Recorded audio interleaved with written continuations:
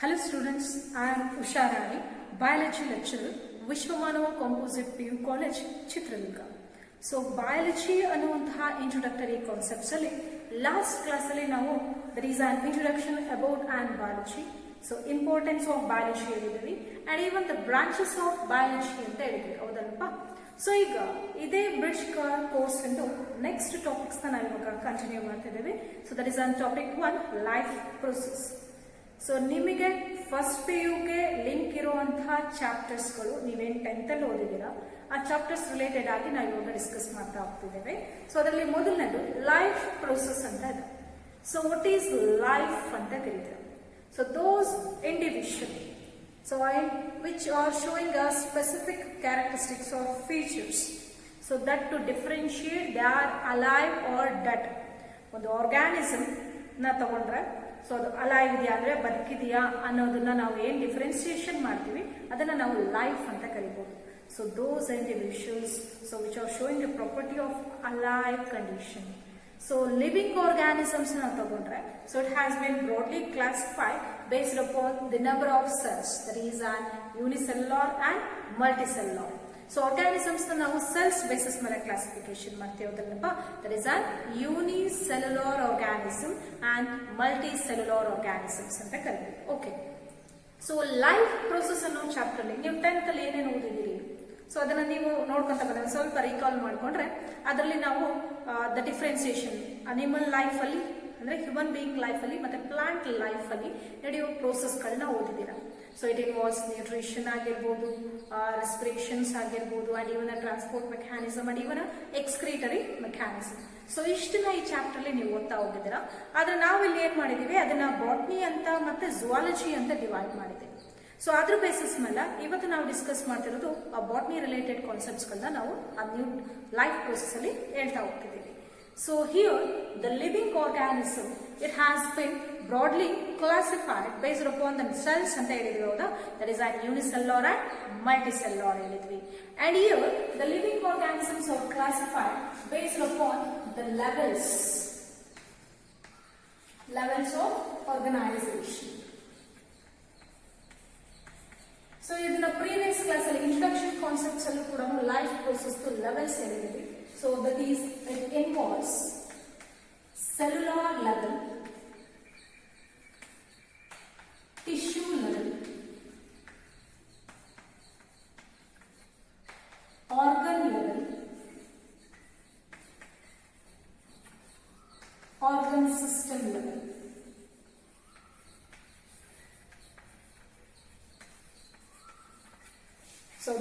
So ಇಷ್ಟು classifications ನಾವಿಲ್ಲಿ ಹೇಳ್ಬೋದು. So the organisms are classified on a specific levels of organization which involves a cellular level. So what is meant by cellular level andre, so based upon the number of cells the animals are distinguished into uni and multicellular. So it is considered the cellular level. So here the cell is the structural and functional unit of a living organism where they have been grouped together to perform a specific function. They are called as tissues. So here, based upon the presence of tissues, the animals again they are classified by a tissue level. So animals cells bari cells ಹೊಂದಿರೋವನ್ನ ನಾವು cellular level ಅಲ್ಲಿ classification ಮಾಡ್ತೀವಿ. So cells have been grouped together to form and tissues ನಾವು tissue level ಅಲ್ಲಿ classification ಮಾಡ್ತೀವಿ. So those tissues have been organized to form an organ. So tissues ಎಲ್ಲ ಸೇರಿ ಒಂದು organ ಆಗುತ್ತೆ. ಅದೇ ಮೇ ಬಿ ಕಿಡ್ನಿ ಆಗಿರ್ಬೋದು, ಹಾರ್ಟ್ ಆಗಿರ್ಬೋದು, ಒಂದು ಪರ್ಟಿಕ್ಯುಲರ್ ಆರ್ಗನ್ಸ್ ಗಳನ್ನ ನಾವು ಡಿಫ್ರೆನ್ಶಿಯೇಟ್ ಮಾಡಬಹುದು. That is called organ level. ಕೆಲವೊಂದು ಆರ್ಗಾನಿಸಮ್ಸ್ ಅಲ್ಲಿ ಬರೀ ಆರ್ಗನ್ಸ್ ಮಾತ್ರ ಇರುತ್ತೆ. So those organs have been organized together to form an organ system. ಎಷ್ಟೊಂದು ಆರ್ಗನ್ ಸೇರಿಸ್ಬಿಟ್ಟು ಒಂದು ಆರ್ಗನ್ ಸಿಸ್ಟಮ್ ಫಾರ್ಮೇಶನ್ ಆಗುತ್ತೆ. So that organ system it consisting of digestive, circulatory, excretory, nervous system ಈ ತರ ನಾವು ಡಿಫ್ರೆನ್ಶಿಯೇಟ್ ಮಾಡಬಹುದು. So this is about levels of classification ಅಂತ ಹೇಳಿದ್ರಿ. ಸೊ ಈಗ ಲೈಫ್ ಪ್ರೋಸೆಸ್ಗೆ ಬಂತಾ ಹೋದ್ರೆ ಸೊ ಇಷ್ಟು ಲೆವೆಲ್ಸ್ ಆಫ್ ಕ್ಲಾಸಿಫಿಕೇಶನ್ ಅಲ್ಲಿ ಲಿವಿಂಗ್ ಆರ್ಗ್ಯಾನಿಸಮ್ಸ್ ಏನೋ ಕ್ಲಾಸಿಫಿಕೇಶನ್ ಮಾಡಿದ್ವಿ. How you are going to say the one organism it is having life or it is alive. ಈಗ ಒಂದು ಆರ್ಗ್ಯಾನಿಸಮ್ ಅಲೈವ್ ಇದೆ ಅಥವಾ ಅದಕ್ಕೆ ಲೈಫ್ ಇದೆ ಅಂತ ನೀವು ಹೆಂಗ್ ಹೇಳ್ತೀರಾ? So the basic property. So if person ಈಗ ಒಂದು ಪ್ಲಾಂಟ್ ಇದೆ ಅನ್ಕೋಣ, ಒಂದು ಪ್ಲಾಂಟ್ ಇದೆ, ಸೊ ಒಂದು ಹ್ಯೂಮನ್ ಬೀಯಿಂಗ್ ಆರ್ ಅನಿಮಲ್ ಇದೆ. ಸೊ ಇಷ್ಟರಲ್ಲಿ ನಾವು ಡಿಫ್ರೆನ್ಶಿಯೇಟ್ ಪ್ರಾಪರ್ಟಿ ತಗೊಂಡ್ರೆ, ಈಗ human beings or on animals ತಗೊಂಡ್ರೆ, so those life individual it was showing a movement, some sort of movement ತೋರಿಸುತ್ತಲ್ವ, ಒಂದ್ ಕಡೆಯಿಂದ ಇನ್ನೊಂದ್ ಕಡೆ ಹೋಗ್ತಾ ಇದ್ರೆ, so it is an living organism, there is having a life ಅಂತ ಕರೀತೀವಿ. But the plant they are not showing any movements. But ಆ ಪ್ಲಾಂಟ್ ಅಲ್ಲಿ ಆ ಕ್ಯಾರೆಕ್ಟರಿಸ್ಟಿಕ್ ಫೀಚರ್ಸ್, ಆ ಪ್ಲಾಂಟ್ ಅಲ್ಲಿ ಲೀಫ್ ಕಲರ್ ನ ನಾವು ಡಿಫ್ರೆನ್ಸಿಯೇಷನ್ ಮಾಡಿದ್ರೆ, usually it was green. Based upon the colouring pigments ಅದು ವೇರೀಸ್ ಆಗುತ್ತೆ. ಅದು ಪಿಂಕ್ ಕಂತಿಶ್ not pink, so may be brownish colour ಆಗಿರ್ಬೋದು, ಯೆಲೋಯಿಶ್ ಕಲರ್ ಆಗಿರ್ಬೋದು, ರೆಡ್ ಕಂಟೆಂಟ್ಸ್ ಆಗಿರ್ಬೋದು. ಸೊ ಇವೆಲ್ಲ ಡಿಫರ್ ಆಗ್ತಾ ಹೋಗುತ್ತೆ. ಬಟ್ ಒಂದು ಪ್ಲಾಂಟ್ ಲೈಫ್ ಇದೆ ಅನ್ನೋದಕ್ಕೆ ನಾವೇನ್ ಹೇಳ್ತೀವಿ, it is having an healthy state ಅಂತ ತಗೊಂಡ್ರೆ, ಸೊ ಗ್ರೀನ್ ಲೀಫ್ ಇದೆ ಅಂತ ತಗೊಂತೀರಪ್ಪ. ಸೊ ಯಾವಾಗ ಅದು ಡ್ರೈ ಆಯ್ತು ಅಂತ ತಗೊಂಡಾಗ ಇಟ್ಸ್ ಲೈಫ್ಸ್ ಅದು ರೆಡ್ಯೂಸ್ ಆಯ್ತು, ಅಥವಾ ಡೆತ್ ಕಂಡೀಷನ್ ಕೂಡ ರಿಸಲ್ಟ್ ಆಗ್ತಾ ಹೋಗುತ್ತೆ. ಸೊ ಈಗ ಹ್ಯೂಮನ್ ಬೀಯಿಂಗ್ಸ್ ಮೂವ್ಮೆಂಟ್ ಆಗ್ಬೇಕಾದ್ರೆ ನೀವೇನಾದ್ರೂ ಲೈಫ್ ಇದೆ ಅಂತ ಕರೀತೀವಿ. ಸೊ ಅದೇ ಹ್ಯೂಮನ್ ಬೀಯಿಂಗ್ ಅವ್ರ ಅನಿಮಲ್ಸ್ ಕೂತ್ಕೊಂಡಿದ್ದಾರೆ, they are not showing any type of movements, or they are sleeping, ಮಲಗಿದ್ದಾರೆ ಅನ್ಕೊಳ್ಳಿ. ಸೊ ಮಲಗಿದ ತಕ್ಷಣ ಅವ್ರ ಮೂವ್ಮೆಂಟ್ ತೋರಿಸದೇ ಇದ್ದಾಗ ನಾವು ಅದು ಲೈಫ್ ಅಲ್ಲ ಅಂತ ಹೇಳಕ್ಕಾಗಲ್ಲ. They are showing another property that is called breathing, ಹೌದಲ್ವಾ? ಸೊ ಬ್ರೀತ್ ಮಾಡ್ತಾರೆ, ರೆಸ್ಪೈರ್ ಮಾಡ್ತಾ ಇರ್ತಾರೆ. ಸೊ ಅದರ ಕಂಡೀಷನ್ಸ್ ಮೇಲೆ ಅವ್ರ ಬಾಡಿ ನಡೆಯೋ ಫಿಸಿಯಾಲಜಿಕಲ್ ಪ್ರೊಸೆಸ್ ಪ್ರೆಸೆಂಟ್ ಇರೋದ್ರಿಂದ, so that is having an life ಅಂತ ಕರೀಬಹುದು. ಸೊ ಇದರಲ್ಲಿ ನಾವು ಡಿಸ್ಕಸ್ ಮಾಡ್ತಾ ಬಂದ್ರೆ, ಲಿವಿಂಗ್ ಆರ್ಗ್ಯಾನಿಸಮ್ಸ್ ಇನ ಪ್ರಾಪರ್ಟೀಸ್ ಅಂತ ಬಂದ್ರೆ, ಲೈಫ್ ಪ್ರೋಸೆಸ್ ಅಂತ ಬಂದ್ರೆ, so there is a specific criteria to differentiate the life process. So ಕ್ರೈಟೀರಿಯಾಸ್ಗಳು ಯಾವುವು ಅಂತ ನೋಡ. So next one, there is a basic criteria of life process. So life process to basic criteria ಗಳನ್ನ ನೋಡ್ತಾ ಬರೋಣ. So which are the basic criteria that they are present in our life process ಅಂತ ತಗೊಂಡ್ರೆ, the first one is nutrition. So nutrition first ಆಗುತ್ತೆ. Second one, there is a respiration. Third one, there is a transportation. So fourth one, there is an excretion. So these are the basic criteria of a life process. So ಇದರಲ್ಲಿ ನಾವು ಇಷ್ಟು concept ಬಗ್ಗೆ ತಿಳ್ಕೊಂತಾ ಹೋಗ್ತೀವಿ. So there is a mode of nutrition and the type of respiration which occurs and the mode of transportation mechanism and even on excretion. So ಇದು life ಪ್ರೋಸೆಸ್ಸಿನ basic criteria. ಇದು plants ಅಲ್ಲಿ ಹೆಂಗಾಗುತ್ತೆ, ಅನಿಮಲ್ಸ್ ಅಲ್ಲಿ ಹೆಂಗಾಗುತ್ತೆ ಅಂತ ಕೂಡ ಓದ್ತಾ ಹೋಗ್ತೇವೆ. ಸೊ ಅದ್ರ ಬೇಸಿಸ್ ಮೇಲೆ ನಾವು ಇವಾಗ ನಾರ್ಮಲ್ ಆಗಿ ಎರಡರಲ್ಲೂ ಕೂಡ ರಿಲೇಟೆಡ್ ಆಗಿ ಕೆಲವೊಂದು ಕಾನ್ಸೆಪ್ಟ್ಸ್ ಗಳನ್ನ ನೋಡ್ತಾ ಬರೋಣ. ಸೊ ಹಾಗಾಗಿ first one, that is the basic criteria for life process ಅಲ್ಲಿ ಮೊದಲನೇದು ಯಾವ್ದು ಹೇಳ್ತೀವಿ, ನ್ಯೂಟ್ರಿಷನ್. ಸೊ ನ್ಯೂಟ್ರಿಷನ್ ಅಂದ್ರೆ ಏನ್ ಹೇಳ್ತೀರಿ, what is man by nutrition? So what is man by nutrition? So it is a process condition where the healthy food condition, that is an intake of healthy food, nothing but a nutrition. So nutrients anta barutte. Nutrition andre it is a process so which involves the intake of a nutrient products. That is an intake of food. So intake of food na ನಾವು ತಗೊಂತಿದೀವಿ, but the food must consisting of all the essential nutrients. So which are the essential nutrients that are present in food? ನಾವು ತಗೊಳ್ಳೋ food ಅಲ್ಲಿ ಯಾವ್ಯಾವ essential nutrients ಇರುತ್ತೆ? So it consisting of essential biomolecules like carbohydrates, proteins, vitamins. So specific fibrous compositions ಆಗಿರಬಹುದು, amino acids ಆಗಿರಬಹುದು, ಇವೆಲ್ಲ essential fat, that is an essential fat ಅಂತ ಕರೀತಾರೆ. ಇವಿಷ್ಟು ಅವಶ್ಯಕತೆ ಇದೆ ಅಲ್ವಾ ನಮ್ಮವರಿಗೆ. ಸೊ ಅದನ್ನ ನಾವು ತಗೊಳ್ಳೋದನ್ನ ನಾವು ಬ್ಯಾಲೆನ್ಸ್ಡ್ ಡಯಟ್ ಅಂತ ಕರಿತೀವಿ, ಹೌದಾ? ಸೊ ಹೆಲ್ತಿ ನ್ಯೂಟ್ರಿಯೆಂಟ್ ಕಾಂಪೋಸಿಷನ್ ನಮ್ಮ ಬಾಡಿಗೆ ಹೋಗುವಂಥದ್ದು. The food must consisting of an healthy nutrients. So those nutrients must consisting of all the essential compositions that consisting of an carbohydrates, proteins and even an specific fibrous compositions anta kudanu examples ಕೊಡ್ತಾ ಹೋಗಬಹುದು, and even essential fats ಅಂತ ಹೇಳ್ತಾ ಹೋಗ್ತೀವಿ. So that is about an nutrition. It is a process of intake of an food materials that consisting of an essential nutrients that to provide a balanced diet for an individual. So ಯಾವಾಗ ನಾವು ಈ healthy nutrients ನಾವು intake ಮಾಡ್ತೀವಿ, so it is helpful for to attain an healthy life. So ನಮ್ಮ body healthy life ನ lead ಮಾಡೋಕ್ಕೂ ಕೂಡ ಇದು ಹೆಲ್ಪ್ ಮಾಡುತ್ತೆ ಅಂತ ಕರಿತೀವಿ. ಸೊ ಇಲ್ಲಿ ನ್ಯೂಟ್ರಿಷನ್ ಬೇಸಿಸ್ ಮೇಲೆ so animals are classified into two types. That is a mode of nutrition ಅಂತ ಕರಿತೀವಿ. ಸೊ ನೆಕ್ಸ್ಟ್ ಒಂದು ಯಾವುದು? That is a mode of nutrition.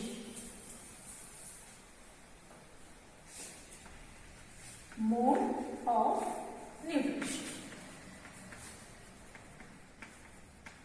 Based on the mode of nutrition, it has been broadly classified into two types. That is an autotrophic and heterotrophic ಅಂತ ಕರೀತೀವಿ. Autotrophic and heterotrophic. So what is meant by autotrophic? Auto nothing but self. Auto ಅಂದ್ರೆ ಏನು ಹೇಳ್ತೀವಿ? Self ಅಂತ ಕರೀತೀವಿ. So those individuals which are having a capacity to synthesize their own food particles or own food molecules. So the organisms, autotrophic organisms ಅಂದ್ರೆ ಏನು? The organisms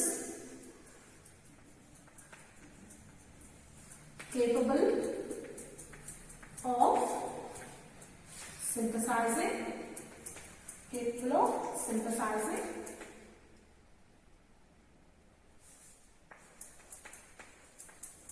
their own food.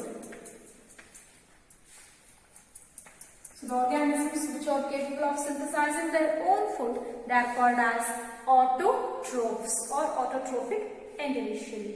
So ಯಾವ organisms ಅದರದೇ food ನ prepare ಮಾಡ್ಕೊಳುತ್ತೆ? Especially ನಿಮ್ಗೆಲ್ರಿಗೂ ಗೊತ್ತಾಯ್ತು ಯಾವುದು? Green plants ಅಂತ ಕರಿತೀವಿ. So example green plants.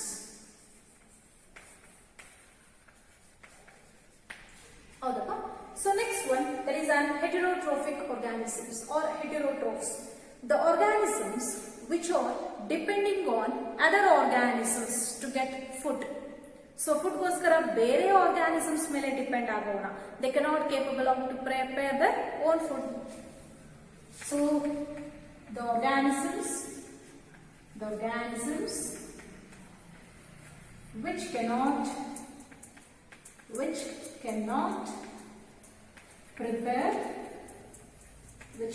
prepare their own food. So they are depending on other organisms to get food. ಬೇರೆ organisms ಮೇಲೆ ಫುಡ್ ಗೋಸ್ಕರ ಡಿಪೆಂಡ್ ಆಗಿರೋಣ ನಾವೇನಂತ ಕರಿತೀವಿ? ಹೆಟೆರೋಟ್ರೋಫಿಕ್ organisms ಅಂತ ಕರಿತೀವಿ ಅಥವಾ ಹೆಟೆರೋಟ್ರೋಫ್ಸ್ ಅಂತ ಕರಿತೀವಿ. So the organisms which are showing an autotrophic property, they are called as autotrophs. Organisms ನ ನಾವು autotrophs ಅಂತ ಕರಿತೀವಿ. ನ್ಯೂಟ್ರಿಷನ್ ಮೋಡ್ ಅಲ್ಲಿ ಆಟೋಟ್ರೋಫಿಕ್ ಅಂತಂದ್ರೆ ಕಂಡೀಷನಲ್. ಹೆಟೆರೋಟ್ರೋಫಿಕ್ ಪ್ರಾಪರ್ಟಿ ತೋರಿಸೋಣ ನಾವೇನಂತ ಕರಿತೀವಿ? ಹೆಟೆರೋಟ್ರೋಫ್ಸ್ ಅಂತ ಕರಿತೀವಿ. ಹೆಟೆರೋಟ್ರೋಫ್ಸ್. So the organisms which cannot prepare their own food material, they are depending on other organisms to get food or nutrition. So ಅದಕ್ಕೆ ಎಕ್ಸಾಂಪಲ್ ಯಾಕೆ ಕೊಡ್ತೀವಿ? ಹ್ಯೂಮನ್ ಬೀಯಿಂಗ್ಸ್ ಕೊಡ್ಬೋದು, ಹೌದಲ್ಲ? ಬೇರೆ ಇಂಡಿವಿಜುವಲ್ಸ್ ಯಾವ್ದು ಎಕ್ಸೆಪ್ಟ್ ಪ್ಲಾಂಟ್ಸ್, ನೀವು ಬೇರೆ ಎಲ್ಲ ಇಂಡಿವಿಜುವಲ್ಸ್ ಕೂಡ ಹೆಟೆರೋಟ್ರೋಫ್ಸ್ ಅಲ್ಲಿ ಕ್ಲಾಸಿಫಿಕೇಶನ್ ಹೇಳ್ತೀವಿ. ಓಕೆ, ನೆಕ್ಸ್ಟ್ ಬಂತು. Okay, continue. That is an autotrophic ಅಂತ ಹೇಳಿದ್ವಲ್ವಾ? That is an autotrophic. So it's a condition which has been differentiated by organisms called as autotrophs. So autotrophs ಅಂದ್ರೆ ಗೊತ್ತಾಯ್ತು ನಮಗೆ, the organisms which can prepare their own food material. How it was preparing the food material? ಯಾವ ರೀತಿ prepare ಮಾಡ್ಕೊಳುತ್ತೆ ಅದರದೇ ಆದ food ನ ಅಂತ ತಗೊಂಡ್ರೆ, so based on that they again have been classified. It is an photosynthetic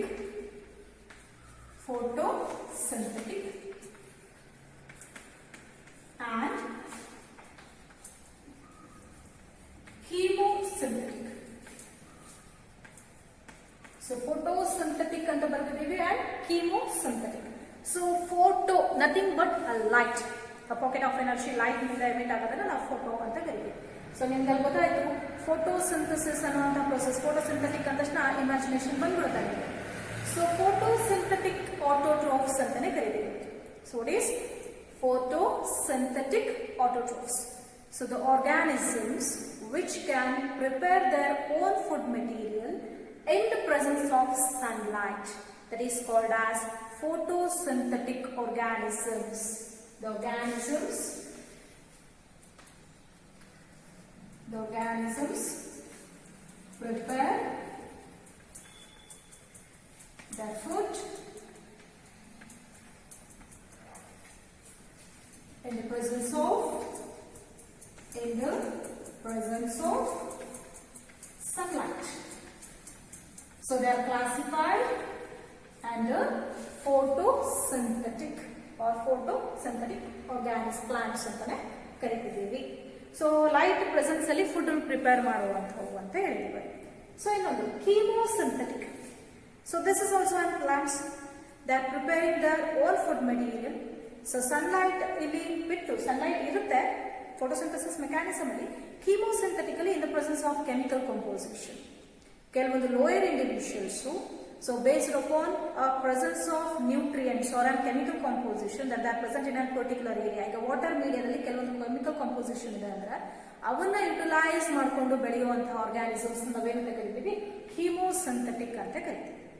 So the organisms which prepare their own food material in the presence of sunlight is called as photosynthetic, and which are preparing their own food material in the presence of chemical composition, they are called as chemosynthetic. It's same definition of the organisms which prepare their own food material in the presence of chemical composition in a particular habitat.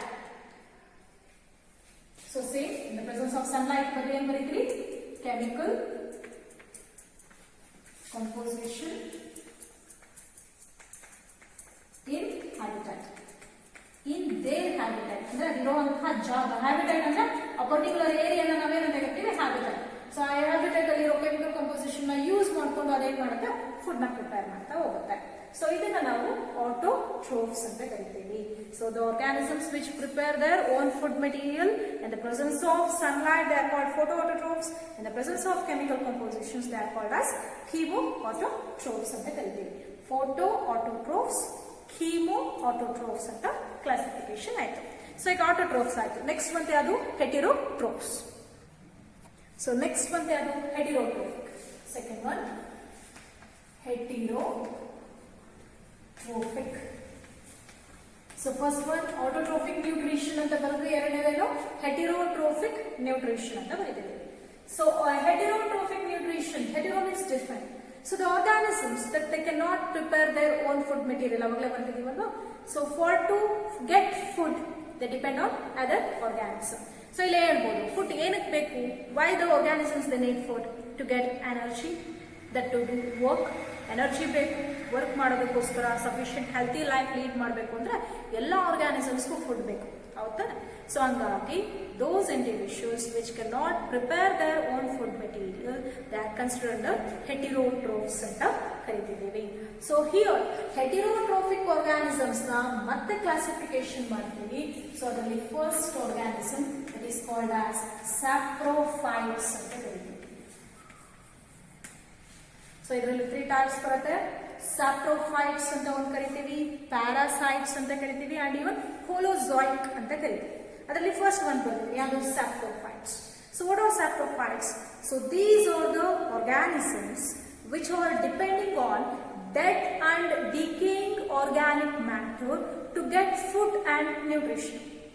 ಅರ್ಥ ಆಗ್ತಿದೆಯಾ? So these are the organisms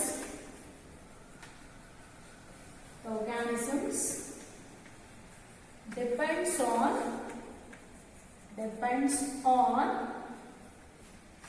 dead and decaying matter.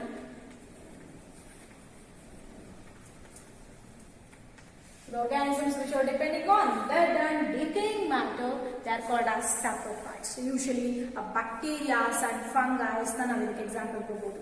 So example for saprophytes, these are bacteria and fungi.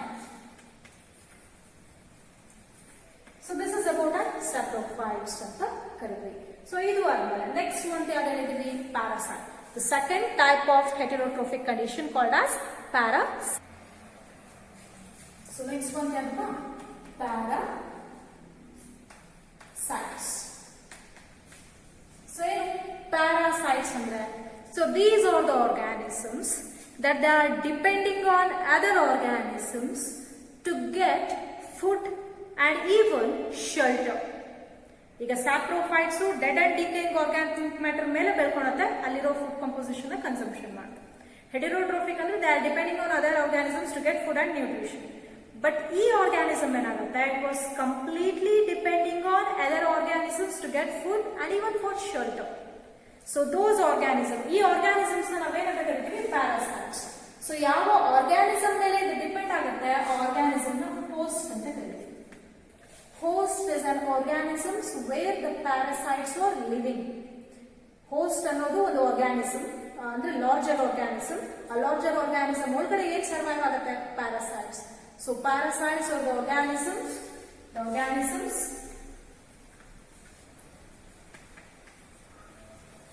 which completely depend on other organisms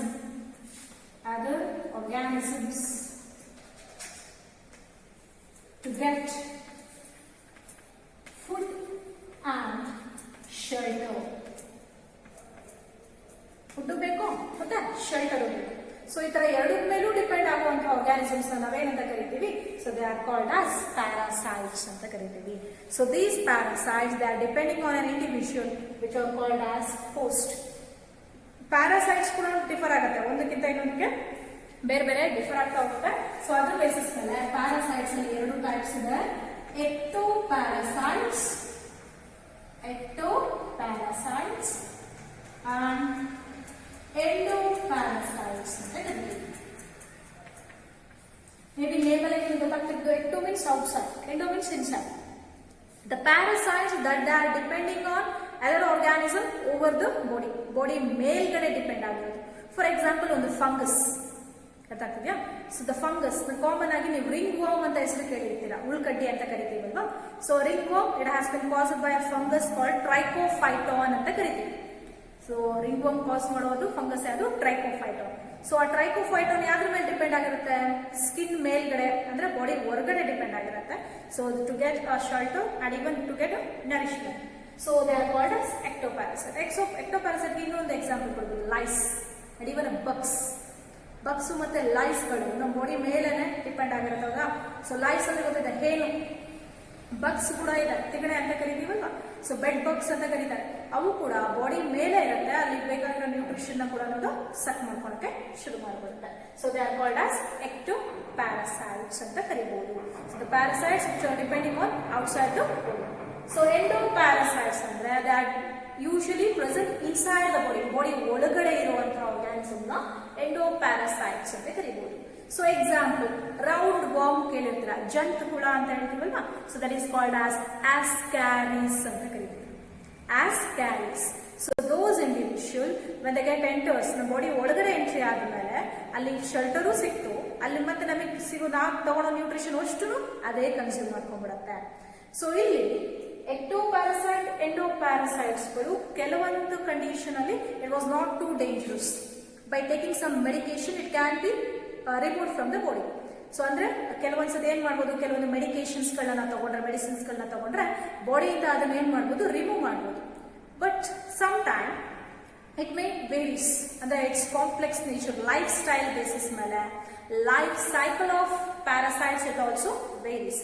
ಒಂದು organisms ಅಲ್ಲೂ ಇನ್ನೊಂದು organisms parasiting survival rate varies ಆಗ್ತಾನೋ ಶುರುವಾಗ್ಬಿಡತ್ತೆ ಅಂತ ಹೇಳ್ಬಹುದು. So where parasites ಅಂದ್ರೆ ಗೊತ್ತಾಯ್ತು, the individuals which are completely depending on other organisms to get food and shelter. So those that are depending on outside the body called ectoparasites, which are present inside the body are called as endoparasites. ಇದು human being ಅಲ್ಲಾದ್ರೆ plants ಅಲ್ಲೂ parasites ಇದಾವೆ ಹೌದಲ್ವಾ. Fungus ಆಗಿರ್ಬೋದು, bacterial infections ಆಗಿರ್ಬೋದು, ಅವು ಕೂಡ parasites ಆಗಿ plant ಬಾಡಿಲಿ ಇರುತ್ತೆ. ಕಸ್ಕೂಟ ಅಂತ ಕರಿತೀವಿ ಹೌದಾ. So cuscuta it is also an parasitic property ಅಂತ ಹೇಳ್ಬಹುದು. ಸೊ ಇಷ್ಟು ಪ್ಯಾರಾಸೈಟಿಕ್ ನ್ಯೂಟ್ರಿಷನ್. ಸೊ ನೆಕ್ಸ್ಟ್ ಒಂದು ಬರ್ಕೋಣ. ಸೊ ನೆಕ್ಸ್ಟ್ ಒಂದು ಯಾವುದು,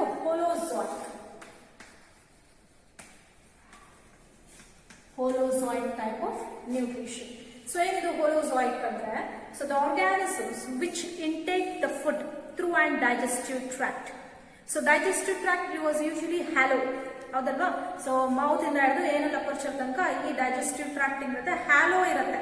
ಅಂದ್ರೆ ಮಧ್ಯೆ ಖಾಲಿ ಜಾಗ ಇರುತ್ತೆ. ಸೊ ಹಂಗಾಗಿ ಕಂಪ್ಲೀಟ್ ಫುಡ್ ನ ಇಂಜೆಸ್ಟ್ ಮಾಡ್ಕೊಳ್ಳುವಂತ ಆರ್ಗಾನಿಸಮ್ಸ್ ನ ಇಂಟೇಕ್ ಮಾಡ್ಕೊಳ್ಳೋ ಆರ್ಗಾನಿಸಮ್ಸ್ ಏನಂತ ಕರಿತೀವಿ holozoic organisms. The organisms which take the intake the food material, complete food ಏನ್ ಮಾಡುತ್ತೆ ಇಂಟೇಕ್ ಮಾಡುವಂತ ಆರ್ಗಾನಿಸಮ್ಸ್ ನ ಹೋಲೋಜಾಯಿಕ್ ಅಂತ ಕರಿಬಹುದು. ಹ್ಯೂಮನ್ ಬೀಯಿಂಗ್ ಹೇಳ್ತೀವಿ, ಕ್ಯಾಟಲ್ಸ್ ಗಳನ್ನ ಎಕ್ಸಾಂಪಲ್ ಕೊಡ್ಬೋದು, ಹೌದಾ? ಸೊ ಇಷ್ಟು ಮೋಡ್ ಆಫ್ ನ್ಯೂಟ್ರಿಷನ್ ಅಲ್ಲಿ ಆಟೋಟ್ರೋಫ್ಸ್ ಅಂಡ್ ಹೆಟೆರೋಟ್ರೋಫ್ಸ್ ಅಲ್ಲಿ ಕ್ಲಾಸಿಫಿಕೇಶನ್ ಮಾಡಿದ್ರಿ. ಸೊ ಆಟೋಟ್ರೋಫ್ಸ್ ಅಲ್ಲಿ ಫೋಟೋಸಿಂಥೆಟಿಕ್ ಅಂಡ್ ಕೀಮೋಸಿಂಥೆಟಿಕ್ ಹೇಳಿದ್ವಿ. ಹೆಟೆರೋಟ್ರೋಫ್ಸ್ ಅಲ್ಲಿ saprophytes, parasites and even holozoic ಅಂತ ಇದೆ. ಅಂದ್ರೆ ಹೋಲ್ ಫುಡ್ ನ ನಾವು ಡೈಜೆಸ್ಟಿವ್ ಟ್ರಾಕ್ಟ್ ಒಳಗಡೆ ಇಂಟೇಕ್ ಮಾಡುವಂತಹ ಕಂಡೀಷನ್ ನ holozoic. The individuals which are having and hello the individual, the organisms in the organisms have a hollow digestive tract for intake of food. So food ನ ತಗೊಳೋದಕ್ಕೋಸ್ಕರ hello digestive tract ನ utilise ಮಾಡ್ಕೊಳ್ಳೋ organisms ನಾವೇನಂತ ಕರಿತೀವಿ ಹೋಲೋಜಾಯಿಕ್ ಅಂತ ಕರಿತೀವಿ. So ಈ ತರ nutrition mode basis ಮೇಲೆ ಆರ್ಗಾನಿಸಮ್ಸ್ ನಾವು ಡಿಫ್ರೆಂಟ್ ಟೈಪ್ಸ್ ಕ್ಲಾಸಿಫಿಕೇಶನ್ಸ್ ನ ಕೂಡ ಮಾಡ್ತಾ ಹೋಗಿದ್ದೀವಿ. ಸೊ ಓಕೆ, ನಿಮಗೆ ಈಗ ಗೊತ್ತಾಯ್ತಾ ಇಲ್ಲಿ ನ್ಯೂಟ್ರಿಷನ್ ಅನ್ನೋ ಲೈಫ್ ಪ್ರೋಸೆಸ್ ಅಲ್ಲಿ ಮೊದಲು ಬೇಸಿಕ್ ಕ್ರೈಟೀರಿಯಾನ ನಾವು ನ್ಯೂಟ್ರಿಷನ್ ಅಂತ ಕರಿತೀವಿ, ಹೌದಲ್ವಾ? So what is meant by nutrition? There is a process of intake of an food material. So those food material they must consisting of an essential nutrients in an required proportion.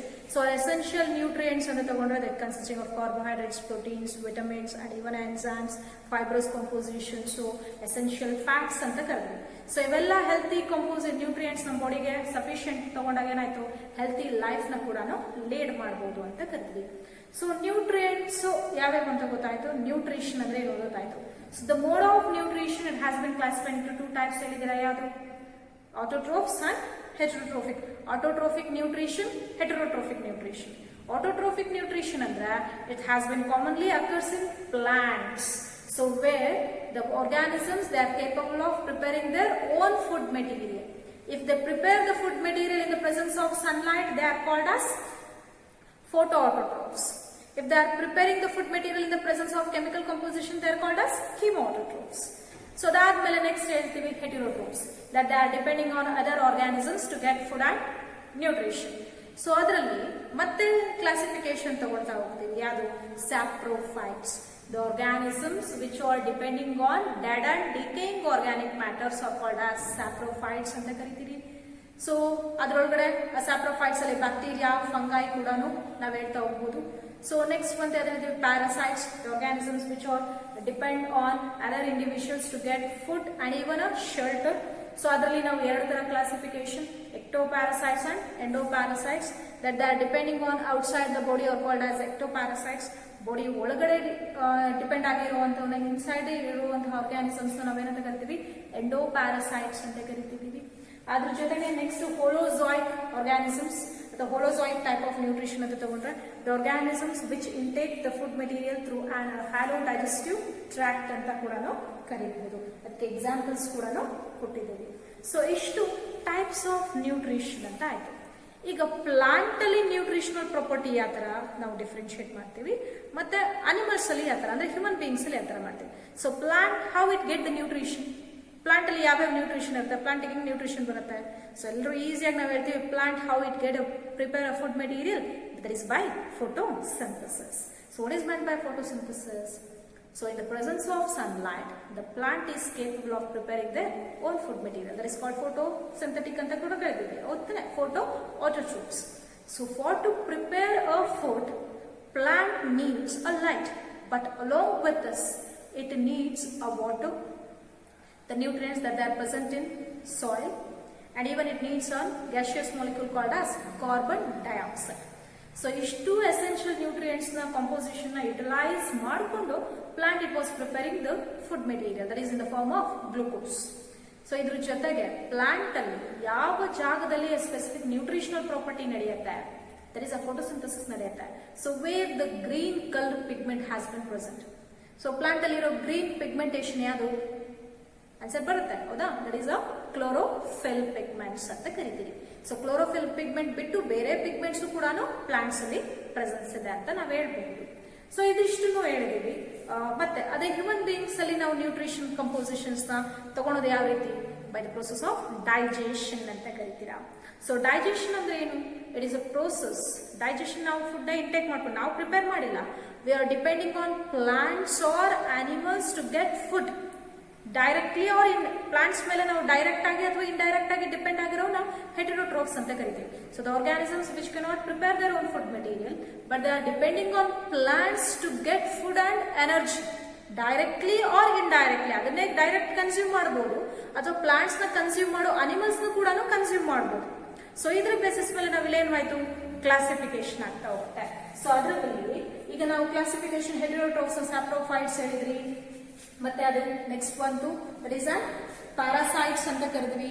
ಇನ್ನೊಂದು ಯಾವ್ದು ಹೇಳಿದ್ವಿ, ಹೋಲೋಜಾಯ್ಟ್ಸ್ ಅಂತ ಕೂಡ ಕರೆದ್ವಿ ಅದನ್ನು. ಈ ಹೋಲೋಜಾಯ್ಟ್ condition ಅಲ್ಲಿ ಮತ್ತೆ ನಾವು ಕ್ಲಾಸಿಫಿಕೇಶನ್ ಮಾಡ್ತಾ ಬಂದ್ರೆ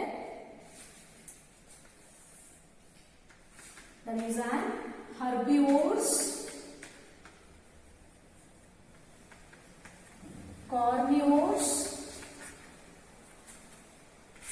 and omnivores ಅಂತ ಕರೀತೀವಿ. Herbivores, carnivores and omnivores. So ನಿಮ್ಗೆ ಎಲ್ರಿಗೂ ಇದ್ರ ಬಗ್ಗೆ ಒಂದ್ ಸ್ವಲ್ಪ ಗೊತ್ತೇ ಇದೆ ಹೌದಾ. ಸೊ ಹರ್ಬಿವೋರ್ಸ್ ಅಂದ್ರೆ the organisms which are directly depending on plants to get food and energy. So ಯಾವ ಆರ್ಗಾನಿಸಮ್ಸ್ ಡೈರೆಕ್ಟ್ ಪ್ಲಾಂಟ್ಸ್ ಮೇಲೆ ಡಿಪೆಂಡ್ ಆಗಿದೆ ಅವನ್ನ ನಾವೇನಂತ ಕರಿತೀವಿ, herbivores. Organisms depends on plants directly, they are called as herbivores. Carnivores andre so the organisms which are commonly depending on other organisms to get food and energy. So andre are flesh eating animals antane karitare. Carnivores na enanta karibodu, flesh eating animals. ಮಾಂಸಾಹಾರಿ ಅಂತ ಕರಿತೀರಾ ಅಂತಾನೆ. So herbivores ಅಂದ್ರೆ ಸಸ್ಯಾಹಾರಿ, carnivores ಅಂದ್ರೆ ಮಾಂಸಾಹಾರಿ ಅಂತ ಕರಿತೀವಿ. So ಒಂದು ಅನಿಮಲ್ ನ ಡಿಸ್ಟ್ರಾಯ್ ಮಾಡಿ ಅದನ್ನ ಕನ್ಸ್ಯೂಮ್ ಮಾಡುವಂತಹ ನಾವು ಕಾರ್ನಿವೋರ್ಸ್ ಅಂತ ಕರೀಬಹುದು. ಆಮ್ನಿವೋರ್ಸ್ ಅಂತ ಬರುತ್ತೆ the organisms which are consuming both the plant products and animal products. Plant consume ಮಾಡ್ತಾರೆ, ಪ್ಲಾಂಟ್ ಪ್ರಾಡಕ್ಟ್ಸ್ ಕನ್ಸ್ಯೂಮ್ ಮಾಡ್ತಾರೆ, ಅನಿಮಲ್ ಪ್ರಾಡಕ್ಟ್ಸ್ ಕೂಡ ಕನ್ಸ್ಯೂಮ್ ಮಾಡ್ತಾರೆ. ಅಂದ್ರೆ ಹರ್ಬಿವೋರ್ಸ್ ಆಗಿನೂ ಆಕ್ಟಿವ್ ಆಗ್ತದೆ, ಕಾರ್ನಿವೋರ್ಸ್ ಆಗಿ ಕೂಡ ಇದೆ. ಸೊ ಅಂತ ನಾವೇನಂತ ಕರಿತೀವಿ, ಆಮ್ನಿವೋರಸ್ ಅಂತ ಕರಿತೀವಿ. ಅದಾಗ್ತಿದ್ಯಾ. ಸೊ ಇಲ್ಲಿ ಹರ್ಬಿವೋರಸ್ಗೆ ನಾವು ಹರ್ಬಿವೋರಸ್ ಅನಿಮಲ್ಸ್ ಗಳನ್ನ ನಾವು ಕ್ಯಾಟಲ್ಸ್ ಅವನ್ನೆಲ್ಲ ಎಕ್ಸಾಂಪಲ್ ಕೊಡ್ಬೋದು. ಕಾರ್ನಿವೋರಸ್ಗೆ ಲಯನ್ ಇವನ್ನ ಎಕ್ಸಾಂಪಲ್ ಕೊಡ್ತೀವಿ. ಆಮ್ನಿವೋರಸ್ಗೆ ಹ್ಯೂಮನ್ ಬೀಯಿಂಗ್ಸ್ ಎಕ್ಸಾಂಪಲ್ ಕೊಡ್ಬೋದಾ. ಇನ್ನೊಂದು ಫ್ರೂಗಿವೋರಸ್ ಅಂತ ಇದೆ. ಸೊ ಫ್ರೂಗಿವೋರಸ್ ನೇಮ್ ಹೇಳ್ತಾರೆ. ಫ್ರೂಗಿವೋರಸ್ ಅಂದ್ರೆ the organisms which are feeding on fruits. Fruits ಗಳನ್ನ ಕನ್ಸ್ಯೂಮ್ ಮಾಡುವಂತ ಆರ್ಗಾನಿಸಮ್ಸ್ ನ ಫ್ರೂಗಿವೋರಸ್. ಫ್ರೂಟ್ಸ್ ನ ಕನ್ಸ್ಯೂಮ್ ಮಾಡೋರು most of all some of the birds ಹೌದಲ್ವಾ. ಸೊ ಅವನ್ನ ನಾವು ಫ್ರೂಗಿವೋರಸ್ ಅಂತ ಕರಿತೀವಿ. ಸೊ ಇನ್ನೊಂದು ಸ್ಯಾಂಗ್ಯುವೋರಸ್ ಅಂತ ಕರೀತಾರೆ. ಸ್ಯಾಂಗ್ಯುವೋರಸ್. ಸೊ ಏನು ಸ್ಯಾಂಗ್ಯುವೋರಸ್ ಅಂದ್ರೆ the organisms which are feeding on blood. ಕೆಲವೊಂದು ಆರ್ಗಾನಿಸಮ್ ಫಾರ್ ಎಕ್ಸಾಂಪಲ್ ಲೀಚ್ ಇವೆಲ್ಲ ಏನಾಗುತ್ತೆ, ಬ್ಲಡ್ ನ ಸಕ್ ಮಾಡ್ಕೊಂಡು ಅದು ಸರ್ವೈವ್ ಆಗೋದ್ರಿಂದ so they are called as sanguivorous ಅಂತ ಕರೀತೀವಿ. ಈ ತರ ಹೋಲೋಜಾಯಿಕ್ ಆರ್ಗಾನಿಸಮ್ಸ್ ನಾವೇನ್ ಮಾಡ್ತೀವಿ, classification herbivorous, carnivorous and omnivorous ಅಂತ ಹೇಳ್ಬೋದು. So this is about a mode of nutrition which occurs in a living organisms ಅಂತ ಹೇಳ್ತಿದ್ದೀವಿ. ಸೊ ನೆಕ್ಸ್ಟ್ ಕ್ಲಾಸ್ ಅಲ್ಲಿ ನಾವು ಫೋಟೋಸಿಂಥಸಿಸ್ ಅಂದ್ರೆ ಪ್ಲಾಂಟ್ಸ್ ಅಲ್ಲಿ ನಡೆಯೋ ನ್ಯೂಟ್ರಿಷನಲ್ ಆಸ್ಪೆಕ್ಟ್ಸ್ ಹೆಂಗ್ ನಡೆಯುತ್ತೆ, ನ್ಯೂಟ್ರಿಷನ್ ಏನು, ನೆಕ್ಸ್ಟ್ ರೆಸ್ಪಿರೇಷನ್ ಹೆಂಗ್ ನಡೆಯುತ್ತೆ, ಟ್ರಾನ್ಸ್ಪೋರ್ಟೇಷನ್ ಹೆಂಗ್ ನಡೆಯುತ್ತೆ, ಎಕ್ಸ್ಕ್ರೀಷನ್ ಹೆಂಗ್ ನಡೆಯುತ್ತೆ ಪ್ಲಾಂಟ್ಸ್ ಅಲ್ಲಿ ಅಂತ ನೋಡ್ತಾ ಹೋಗೋಣ. ಸೊ ಇವತ್ತು ಇಷ್ಟು ರಿಲೇಟೆಡ್ ಏನ್ ಕ್ಲಾಸ್ ಮಾಡಿದೀವಿ ಇದರ ರಿಲೇಟೆಡ್ ಕ್ವಶನ್ಸ್ ಕೊಡ್ತೀನಿ. ಬೋರ್ಡ್ ಮೇಲೆ ಬರ್ದಿದ್ದೀನಲ್ವಾ, ಇಷ್ಟನ್ನೇ ನೀವು ಅಸೈನ್ಮೆಂಟ್ ಕ್ವಶನ್ಸ್ ಗಳನ್ನ ಕ್ಲೀನ್ ಆಗಿ ಒಂದು ಬುಕ್ ಅಲ್ಲಿ ಸಪರೇಟ್ ಆಗಿ ಬರೆದ್ಬಿಟ್ಟು ನಮಗೆ ಗ್ರೂಪ್ಗೆ ಹಾಕ್ಬೇಕಾಗುತ್ತೆ. ಓಕೆ, ಅಸೈನ್ಮೆಂಟ್ ಕ್ವಶನ್ ಬರ್ಕೊಳ್ಳಿ. ಸೊ ಓಕೆ, ಅಸೈನ್ಮೆಂಟ್ ಕ್ವಶನ್ಸ್ ಹೀಗಿದೆ ನೋಡಿ. So define nutrition is a process of intake of an food which consisting of all the essential nutrients to get an energy, that is called as nutrition. So mention the mode of nutrition. Nutrition ಅಲ್ಲಿ ಎಷ್ಟು modes ಇದೆ, it is an autotrophic and heterotrophic, ಎರಡು mode ಅದನ್ನು mention ಮಾಡಬೇಕು. So what are autotrophs? Mention its types. Autotrophs ಅಂದ್ರೆ the organisms which are capable of preparing their own food material. ಅದು ಬಿಟ್ಟು types ಅಂದ್ರೆ ಫೋಟೋಸಿಂಥೆಟಿಕ್ ಅಂಡ್ ಹೀಮೋಸಿಂಥೆಟಿಕ್ ಅಂತ ಬರೀತೀವಿ. So what are heterotrophs? The organisms which are not capable of preparing their own food material, they are depending on other organisms to get food and energy. They are called as heterotrophs. So write about saprophytes, parasites and holozoa. So saprophytes which are depend on dead and decaying organic matter. Parasites so the organisms which are depending directly on another individual to get food and even a shelter. So holozoic that they are intaking the food material in through an halo tract anta kariteve, halo digestive tract. A holozoic alli herbivorous ಬಗ್ಗೆ, carnivorous ಬಗ್ಗೆ ಮತ್ತೆ omnivorous ಅಂತ heading ಹಾಕಿ ಒಂದೊಂದು line ಅಲ್ಲಿ ಅದರ ಬಗ್ಗೆ definition ಬರೆದು examples ಗಳನ್ನ ಬರೀರಿ. ಪ್ಯಾರಾಸೈಟ್ಸ್ ಟೈಪ್ಸ್ ಬರೀರಿ, ಎಕ್ಟೋಪ್ಯಾರಾಸೈಟ್ಸ್ ಮತ್ತೆ ಎಂಡೋಪ್ಯಾರಾಸೈಟ್ಸ್ ಅಂತ. ಸೊ ಇಷ್ಟು ಇವತ್ತು ರಿಲೇಟೆಡ್ ಕ್ವಶನ್. ನಿಮ್ಗೆ ಏನಾದ್ರು ಡೌಟ್ಸ್ ಗಳಿದ್ರೆ, ಕ್ಲಾರಿಫಿಕೇಶನ್ ಬೇಕಿದ್ರೆ ಕಾಲ್ ಮಾಡಬಹುದು. Okay, thank you students.